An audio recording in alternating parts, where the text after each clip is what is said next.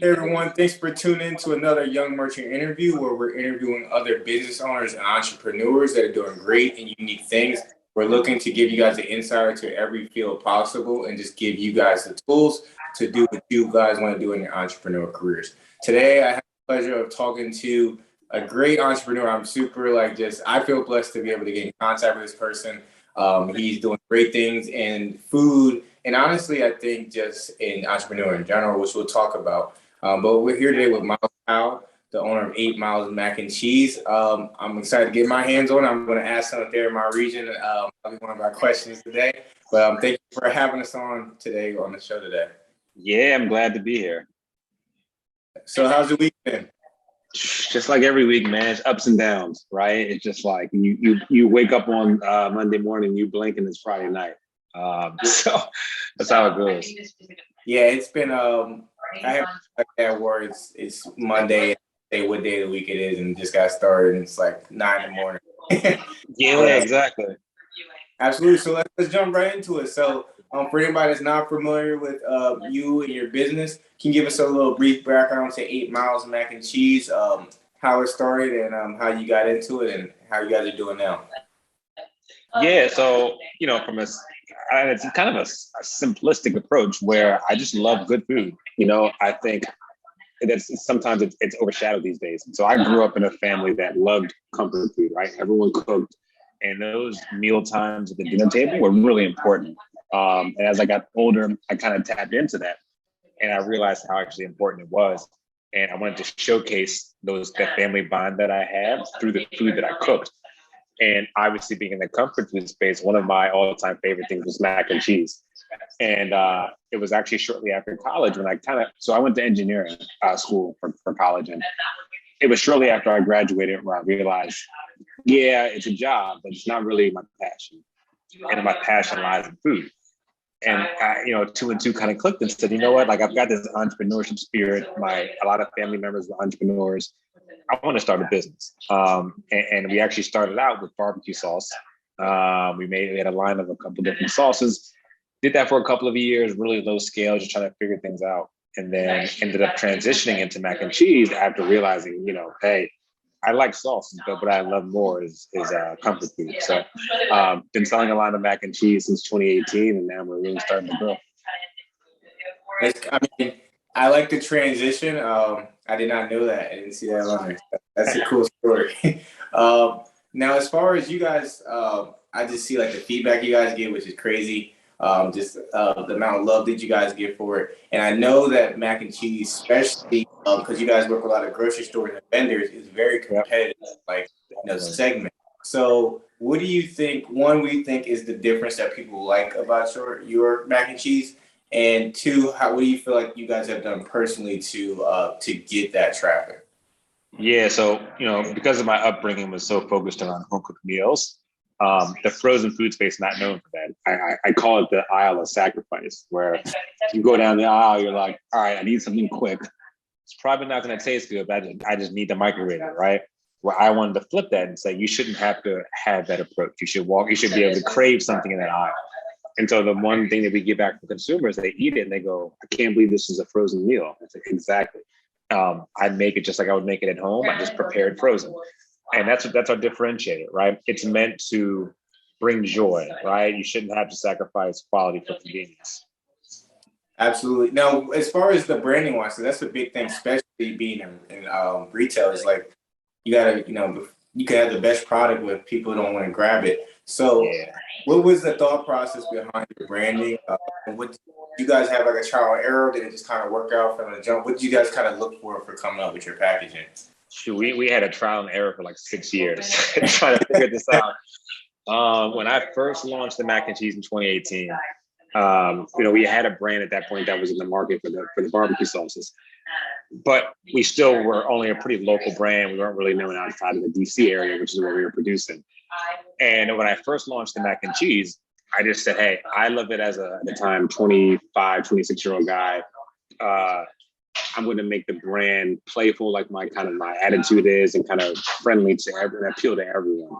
Not the right approach. We put it on the shelf, and it was different, right? It had like cartoonish macaroni and things like that.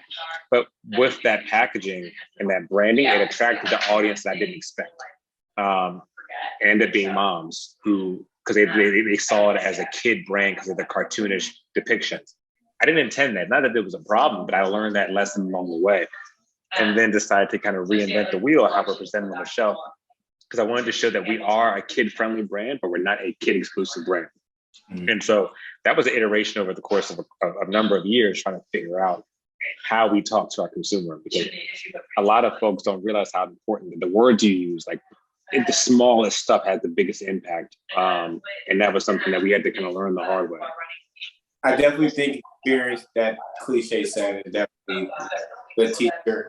It's not always the only one, but I definitely think, like for me, I'm in urban farming. I'm also in real estate, and as a realtor, that's what I just jumped head first. And like learning the best was I got somebody that wanted to buy a house. Now let me go talk to the attorney and let him kind of walk me through the process of how to do it. So I totally think experience is important. As far as which I'm like super jealous. I saw like a list. I just stopped I was writing down names of the places that you got, and I just kind of stopped because I was the locator on the places. But just to name a few: Target, Mom's Organic, ShopRite, Giant. Those are kind of like in our area where a lot of people will probably be familiar with. One transition my personal business is doing is that we're moving to the retail right now. We work with that's not that. So for anybody else that is interested in getting into retail like that, the food business, how did you find that success with finding the people to get in touch with and making your product attractive? Yeah, I mean it's been a slog. So like the whole landscape is pretty intense. So we were first starting out, we were doing door to door. I would just go, and we were trying to figure out or start a base or foundation of customers who enjoyed our product. And that was with the small mom and pops, because those folks, you can typically just walk up right to the owner, present your product, and they'll consider it. And then once that momentum starts, you can start to approach local distributors that say, hey, if you carry our product, then you'll place us within other mom and pops and maybe even some regional grocery stores, let's say a store that has 10 to 15 locations. And then from that, you build on to the next level, which would be your Target to the world and things like that. But it's funny because every step along the way, there's like 20 new things you have to learn.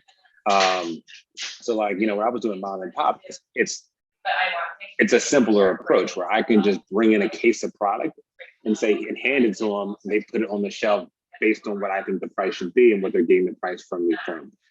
And then you start getting into dealing with like freight, right? When you're talking about shipping out larger quantities and you're talking about like invoice deductions, like it just builds on itself. But you got to start small.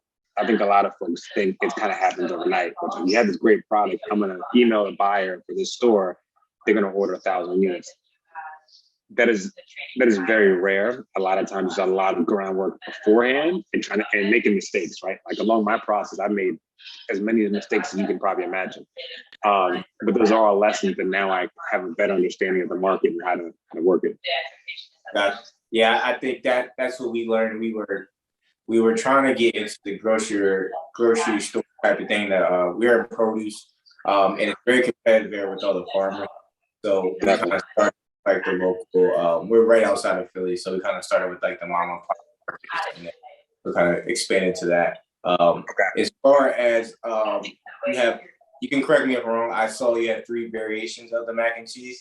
Yeah. Did that another experience, or was that like a trial and error for the guys you chose? So we actually started out, our first mac was the buffalo mac and cheese. And that was because we were making this buffalo sauce at the time, which was our #1 seller. And I was making the buffalo mac just for like friends and families and just for myself sometimes. It was really good. And so that was an easier transition. And I've been making mac and cheese all my life. So, but there were still tweaks in there, right? Because as you scale, you have to learn how to proportion things right. Things you might have to add in there for shelf life. There was a bunch of stuff that took a long time to scale. For instance, when I first pitched to Wholefoods back in 2019, they tried it. They were like, this is decent. But they looked at my ingredient panel and they were like, no, too much sodium, too much fat content. We're going to pass. So then I had to iterate on the product to make it Whole Foods friendly and appeal to them. And then the second time they were like, it's better, but still not there yet. So then I waited another 6 months and iterated. And then third time they finally said, this is exactly what we want. So, and I realized pretty early on, and this is, I think, good advice for other folks looking to build a brand, don't be afraid to iterate, because even the biggest brands out there, the crafts of the world, they change formulations all the time. It could be slight, but they're always working at it. So it's got to, it pays to be nimble. Yeah, I think we did that with our logo. We changed it like 5 times, which I feel like is probably not, for some businesses, not that much. But for us at where we're at, that was like a lot. And it seems like it doesn't mean that much. You just slap it on there, but we did notice the difference in it. So I totally agree with the small things sometimes. The sodium, I don't know, did you feel like when you changed the sodium, the taste was different? So my whole thing was I wasn't going to sacrifice the quality and the taste, right? Like I would make changes, but only make the changes that would either keep or improve the quality of the product. I've had instances where just from a pricing standpoint, we can't meet a certain price because we'd have to take a hit on our quality. That's not our brand, and those are the opportunities that I have to pass. So let's go into that. So how big do you think it plays into staying on brand? Because it sounds like, I don't know if you guys stay to targeting moms now, but that seems like when it started, and then it being kid friendly, but for adults. How important is that for the growth? Maybe it's not necessarily you see it on Facebook, right? But how important is that, and how do you make sure that you stay on brand? I mean, it's really important, right? Because that expands across everything you do. And as you start to build and grow, your brand is your equity. So if you waver from that, the people that are vested and interested in you are going to be confused, and they're going to stop following you. It's funny because there's an analogy of like you going to an interview, right? And they're asking you questions about, can you do this, this, this? You can lie your way through it just to get in that job. But if you get to the job and you can't do anything, then you're getting fired, right? Yeah. So it's really important to like know your worth, know what you stand for, and like realize that not every opportunity is built for your brand. I might have a company or a brand or a store that comes and say, hey, we want to sell your product for $2.99 on the shelf. I mean, yeah, the revenue might be there, right? But number one, with my current formulation, I make no money off of that. And even if I get on the shelf and it looks like a cheap mac and cheese, that's not who we are.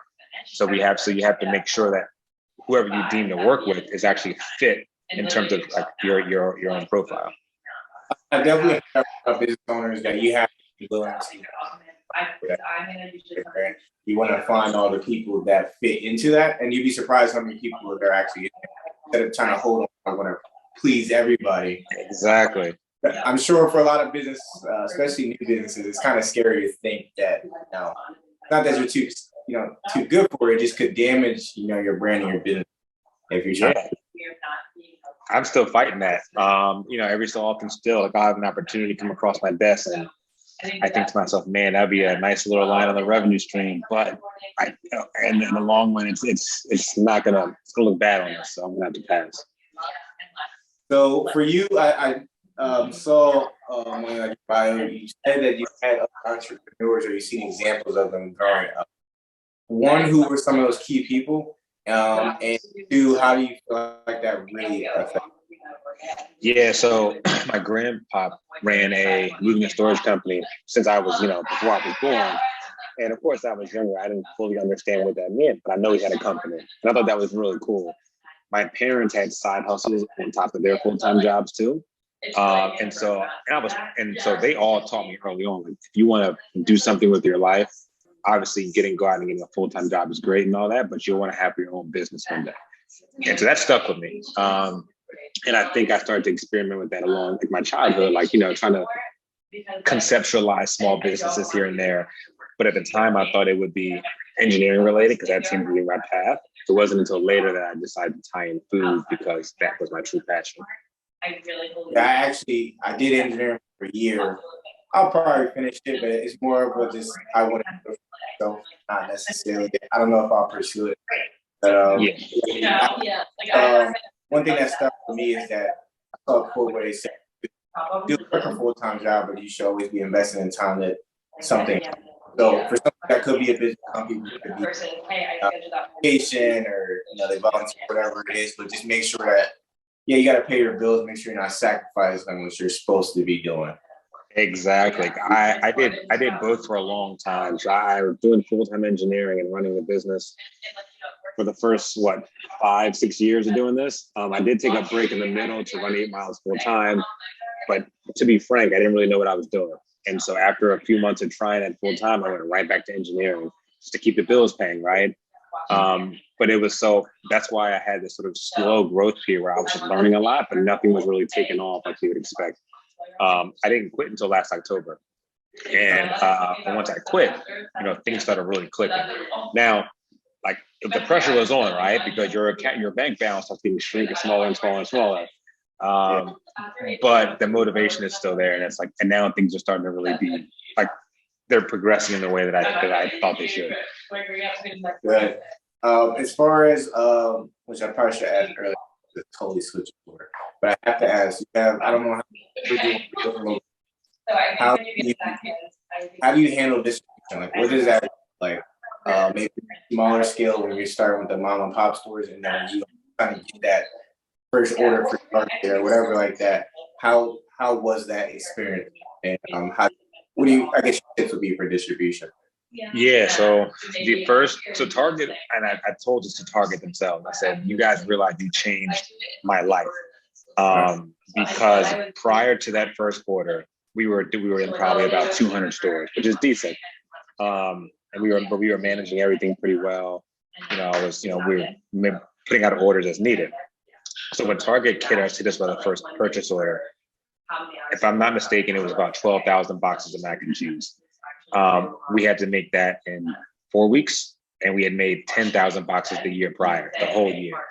So it was such a ramp up, and that 4-week period, I'll never forget it because I learned so much about production, like freight, it was a whole different environment, and it was a crash course of how to work with someone like a Target. So did they with that, or did you have to get an outside source? Like, how do you up double what you did before for just one order? I mean, I had to hire more people, right? I spent more time. We were in here all day, all night. It was frantic. Like, I'm not gonna lie to you, it was probably one of the hardest times of my life. We were just trying to manage it all, right? We got the order out on the exact last day we could and sent it off. And I'm telling you, the relief was insane. And remember, I'm still working another job, so it was like out of control. But it set the groundwork for where we are now. I couldn't imagine that. So there was one time where we did have something not at that scale, but for us, it was like, I would say a quarter of the year business, and it's just a mixed feeling because you're excited to be in Target, but at the same time, it's probably like the most stressful I've ever had. Exactly, and I'm a big proponent of trial by fire, where it's like, hey, give it to me, like I'll figure it out, right? And that's exactly what that was, because I've never done this before. No one in my circle's done this before. And once you're getting to this position, like the people you're going to ask questions, it shrinks, right? Because the expertise you need is not as readily available. And so a lot of it was just trying to figure it out. And it was a whirlwind. Like, there were a lot of decisions I made where I had no idea if they're going to pan out. I'm like, I gotta make that choice. So before I go into asking you some tips, what do you like so far about what you guys have already done, and what do you see the next 5 years? Yeah, so I think up until this point, we've done a very good job in terms of scaling our distribution, at least in terms of what we're doing this year. I think where we sit in the market with our branding and stuff like that, I like where we are too. There is some foundational errors that we have to correct just due to pure ignorance, right? Just didn't know any better. And so now that we're at this scale, I'm looking back and going, "Ooh, that's still biting me today. I got to fix that." Which is the plans this year.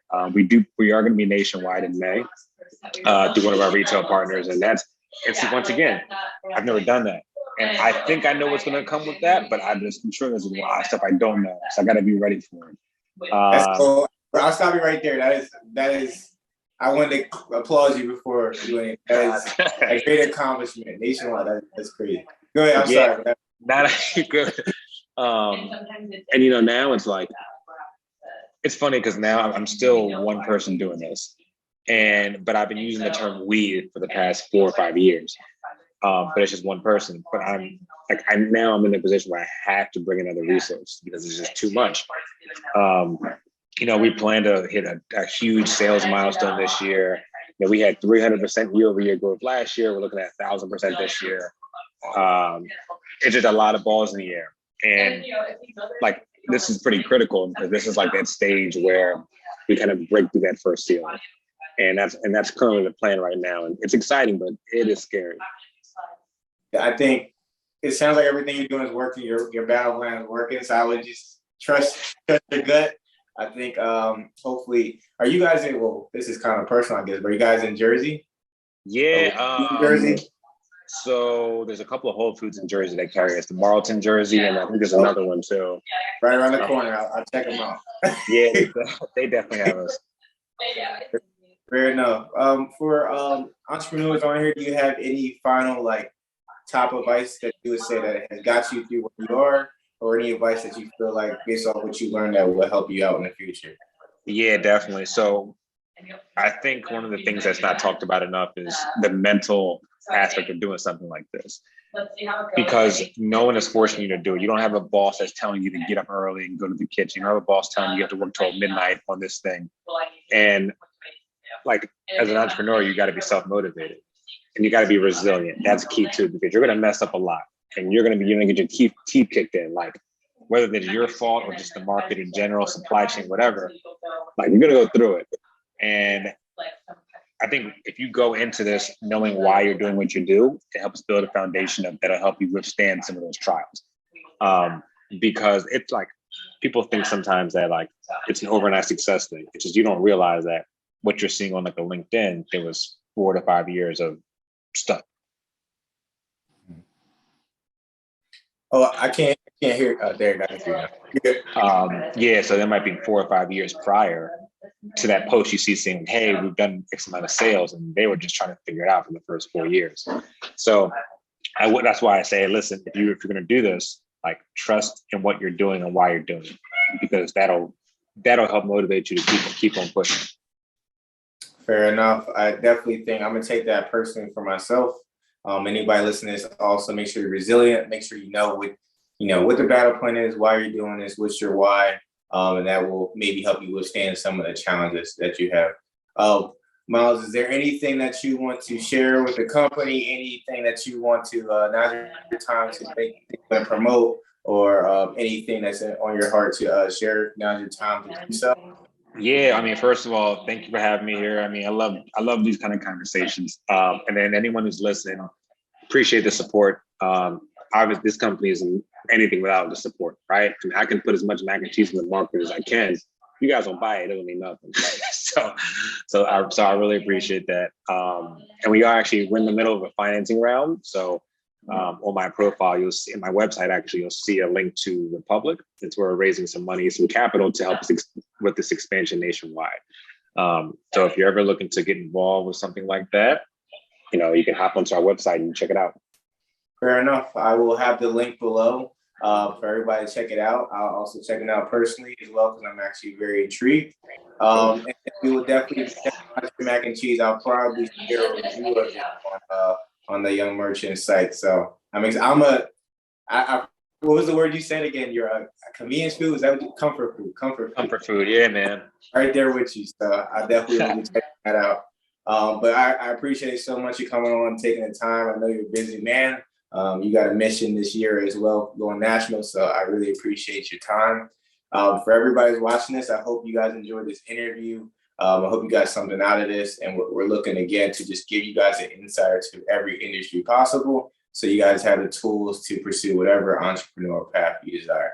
Otherwise, I hope you guys enjoy this video. Until next time.